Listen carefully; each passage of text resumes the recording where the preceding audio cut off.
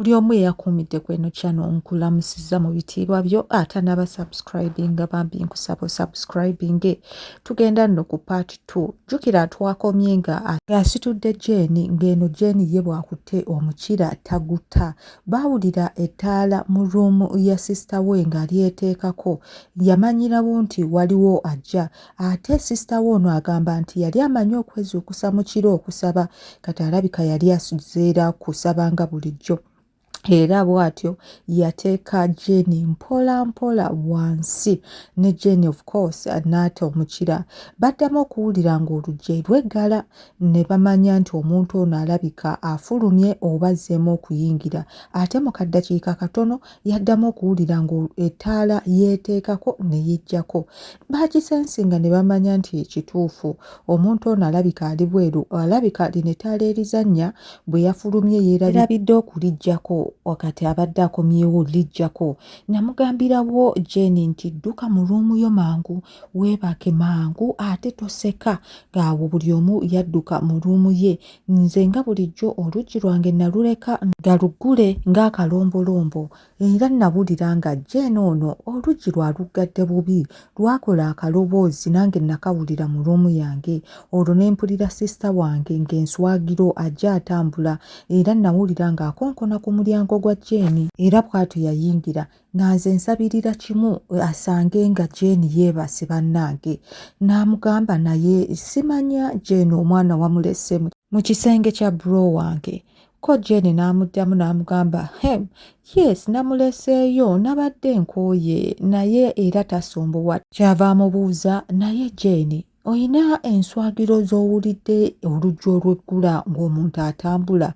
Ko Jane n'amugamba bannange kyokka mbadde neebase ate onjija mu tulo bannange jjako ettaalo nze njagala kwebaka. Alabika sisita wange yawulira enswagiro zino ate nga zaali zaffe. Nawulira ekintu nga kijja ku ruumu yange namanya nti kati alumbye ruumu yange. Kye nali mumanyiiko buli lwayingira ruumu ayaba ayagala nnyo okuteekako ettaala era bw'atyo bwe yakola yateekako ettaala. Nze ndi firimu star. Namulaga nti mbadde mu tulo otw'amaanyi n'okufuluuta ne ntandikirawo okufuluuta. Nkumulaga nti nno mbadde mu tulo nga neebakidde ebyaddala. Omukira gwange naguleka bweru gwali gwazzeeyo dda mu nnomo yaago. N'angamba naye bro wagaanira ddala okwebikka kyokka okimanyi osula bwereere ate tulina omugenyi kati singa giraawo okukima omwana we.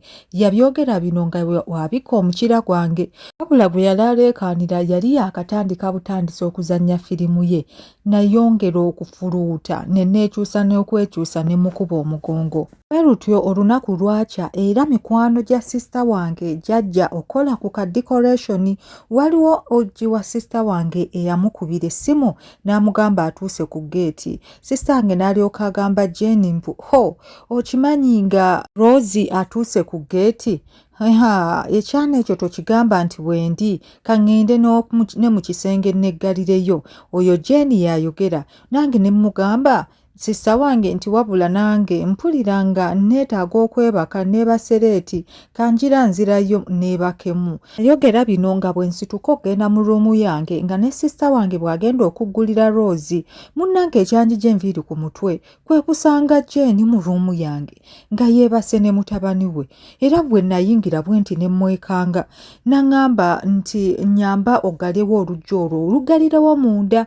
Bwe nayinga ne mugamba nze mbadde nzize kwebaka ndowooza kaŋŋende ate neebake mu ruumu eri. Omuwala n'aŋŋamba nedda jangu wano weebake wano nga bwankolera sayinsi. Nange nakkiriza okusaba kwa Jane bwe ntyo ne nninnya obuliri ne mugamba naye sisita wange waatusangira wano nga twebase ffenna ku buliri. Ko Jane n'aŋŋamba akimanyi nti nze ndi mufumbo era tayinza kunsuubiriza kintu kyonna ate ekyo ekiwala kyogera nnyo bannange kiroozi kirina ebigambo bingi bayinza n'okwogerera essaawa 2. Ne mugamba okikakasa? N'aŋŋamba ye. Era n'ayongerako n'aŋŋamba nti bambi yogera mpola mpola ate bwe tuba tugenda kukola ekintu kyonna kirina kuba kya mangu mangu kubanga omuntu yenna asobola okuyingira wano ne sisita wo. Naye bwe yabyogera ebyo nze saabitegeera ekintu kyonna ne neebuuza ategeeza ki era bwe ntyo neekanga ne mubuuza otegeeza ki nangamba munnange ne wabeera wakujja sisita wo si wakujja kati bagenda kusooka kunyumya ne Rose era bwe tuba tugenda kukola ekintu nga bwe nkunnyonnyodde tukikole kati bannange omuwala n'akyuka n'akwata ekigere kye n'akiteeka ku mubiri gwange n'akwata omukono gwe n'aguyisa mu ssaati yange n'atandika okwatirira olubuto lwange nangamba bannange nnyamba okkirize onnyambeko okulabirira mutabani wange nobwe kibeera kya wiiki emu yagenda mu maaso nga bw'akwatirira olubuto lwange bambi nali neeyambalidde kishooti kyange ne kipure kwegamba nga asobola okuyisa omukono gwe mu bwangu n'akwata ku mukira gwange era teyalwa yatambuza omukono n'akwata omukira gwange mpola mpola naye bannange abawala beekaza yali tasobola nakutya nti sisita wange ayinza okukonkona n'ayingira oba ekintu kyonna ne kituukawo yagenda mu maaso nga amasaajinga omukira gwange okuva waggulu nga bw'agussa wansi ate bambi omukira gwange gwanguwa okuyimirira guli sensitive nnyo omuwala yenna kasitaaba nga nninaanye oba nga nkutteko nviira ddala mu mbeera nangamba bambi nyamba ne bwekibeera wiiki emu ngeno ayogera bino nga bwankwatirira ngeno omukira gwatabusetabuse dda ebannange umeme yali yazimbye akayumba mu gundi yange mu busajja bwange Dokasi yayogera mu ngeri eri romantic mpola mpola nze nali nantunula butunuzi ng'omutima bannange gwambuuseemu dda omutima gwange gwali divided eno mpuliriza eri sisita wange kyayogera n'oli omuwala nga banyumya nga we baseka eno ate ndi kunyumirwa ono byakola naye ono omuwala yali amanyi sisita wange ne Rose kubanga baali boogerera waggulu nga we baseka eni naŋŋamba nti bannange omukira gwo nga munene abyogera bino nga bw'asika kishooti kyange wansi bw'atunuulira omukira n'atuula n'alyoka akwata engalo ze bbiri n'akwata omukira gwange n'atandika okukola ky'alina okukola bw'azza wansi bw'azza waggulu n'amaliriza n'atandika ogukomba agutadde mu kamwa bannange nga talina na kyatya nga yeerabidde n'okwerabira nti mutabani we yeebase wano mu mutima ne ŋŋamba ono omuwala asobola okukola ekintu kyonna okundeetera nzikirize okugenda omuyambako ku mutabani we ate nga saagala kuteekawo kibeera kyonna kiyinza kuleetera sisita wange kunjijamu bwesigwa era nagamba nti sisita wange ayinza okuyingira bwe ntyo namala gakkiriza ne mugamba kale Jane nja kuyambako ebbanga lyonna n'olyoba oyagala okulabirira omwana wo ne ddadi w'omwana bwone bw'anaakomawo nze ngenda kusigala nga ndabirira omwana wo naye bannange nga nfa obuwoomi baaba omuwala ono yali amanyi okukomba waaw Jane onzita bwe ntyo bwe nayogera nali manyi nti bwe nakkiriza agenda kulekeraawo omwana ono yagenda mu maaso era bw'atyo yatuula nga feesi ye atunuulidde omukira gwange ng'ate emmana ye agitadde mu feesi yange kale sijjukira kumulaba ng'aggyamu empale y'omunda kirabika Jane olunaku lwonna yali ayagala ddumala nga tayambadde empale anyway nali njagala nange tubimale nange ndi muntu okimanyi nga gold ne silver byandi mu maaso awo nga sisobola bireka mukiro gwange bwe gwereega obulungi nga sisobola kyebeera era bwe ntyo nagumuyingizaamu mu mmana ne muzina n'asammula nange ne nsammula bw'atyo n'akwata omwana we bw'atyo n'agenda mu ruumu ye ne yeebaka bw'akya bulungi era Jane ne Rose baamala ne basisinkana anyumya nga baseka era wali tosobola kukkiriza nti waaliwo obutakkaanya wakati waabwe mu myaka gyabwe egyedda nga bakyali ku ssomero era munnange emikolo bwe kityo gyatandika birthday egenda mu maaso compound bakoze decoration ng'ogamba yambaga buli kimu kyali kistede aba bouncing castle nabo bwe batyo essaawa zaagenda okuwera 8 ng'abagenyi batandise okujja kubanga buli kimu kyali set abantu bangi bajja n'obwana buyitirivu naye bannange abaana banjagala ate abaana okunjagala kwakomya Jane naye okunjagala n'okubeera nti aneegomba ngende ndabirira mutabani we ewuwe Abaana banjagala, nze ndi muntu ayagala nnyo abaana era nazannya n'abaana abazadde ne basiima. Nagenda okulaba nga buli gwe nzannya naye maama we ampaayo akasente ow'ebiri ow'omutwalo. Waliwo yalina abaana ababiri yampa emitwalo 10 lwa kuzannya nnyo n'abaana, nalinga kazannyirizi. Era omuvubuka omwana wa Jane bannange nalinga taata we nga buli we ngenda bwangoberera. Ssaawa zaatuuka ne mpulira nga mbikooye nga njagala kuwummulamu, naye mutabani wa Jane ng'alinga kabaani ku ndongo wenzira wadda, naye namala ne mbeesumattukako kuba nali njagala kunaaba nga mpulira nze nantuuyanni ngenda okutuuka mu kinaabiro eky'ebweru nga waliyo aliyo okulingiriza bannange nga ye Maid. Waliwo Maid eyajja bambi n'omukazi omu nga Maid ono mulungi era namwegomba. Bwe namulaba bw'ati ng'ali mu kinaabiro yali anaaza mwana, omutima ne gungamba ono naye ngenda kumulya. Kino nakyo kiwedde, naye tewali kyamaanyi kye twakola. Yali atya boosi w'okumusangiriza.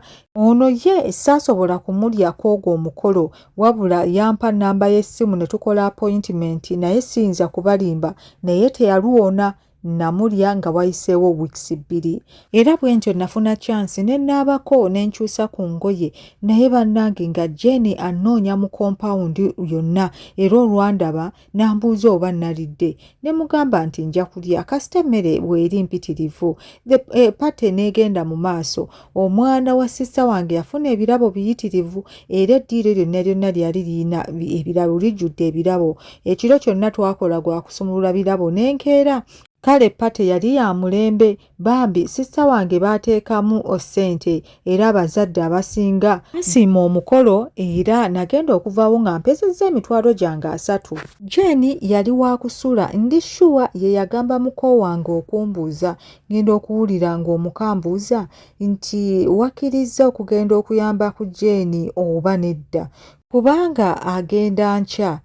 Ne ngamba ye nakkiriza kubanga omwana ono bambi anjagadde nnyo. Bonna ne baseka, bannange Jane yasanyuka.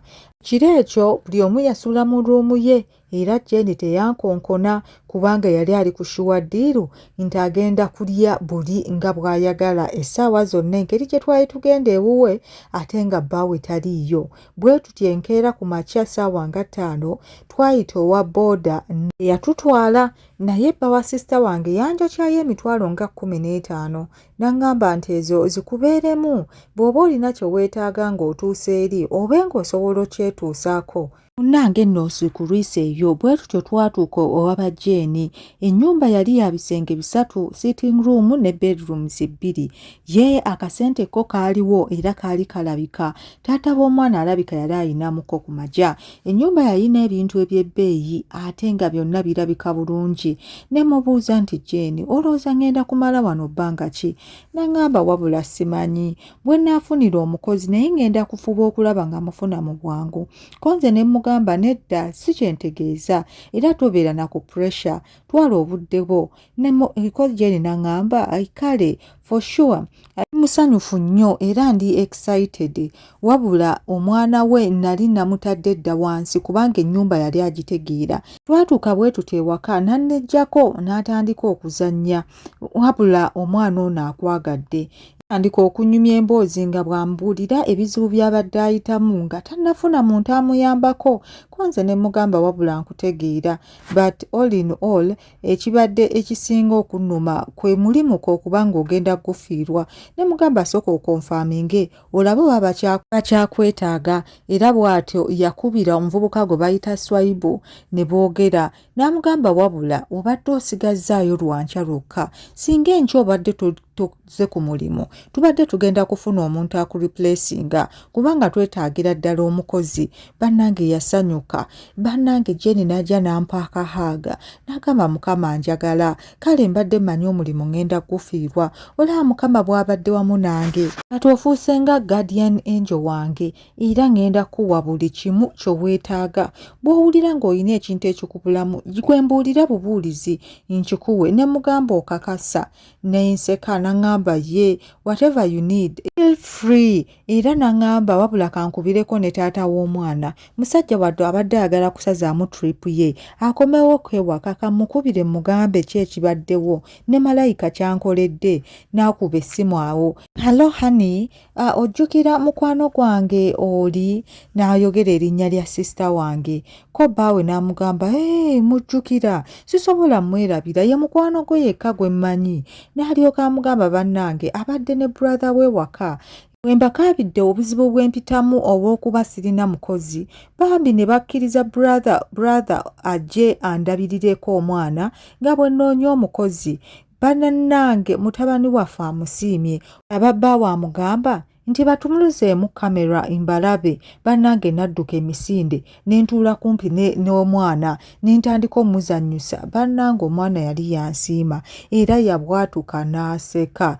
Ko omukazi n'agamba nti obawulira? Omusajja n'agamba mbawulira naye njagala balaba. Nze neefuula ali ebbize nnyo era ali mu kuzannya n'omwana saatunulayo naye ng'essimu yagikyusa nannange nantunuzaamu. Ngenda okuwulira omusajja ng'agamba nti mumpe mubuuzeeko. Mulindirire paati eddako ey'okumeka ey'okusatu. Kama abankuumire mubeere bulungi mweraba.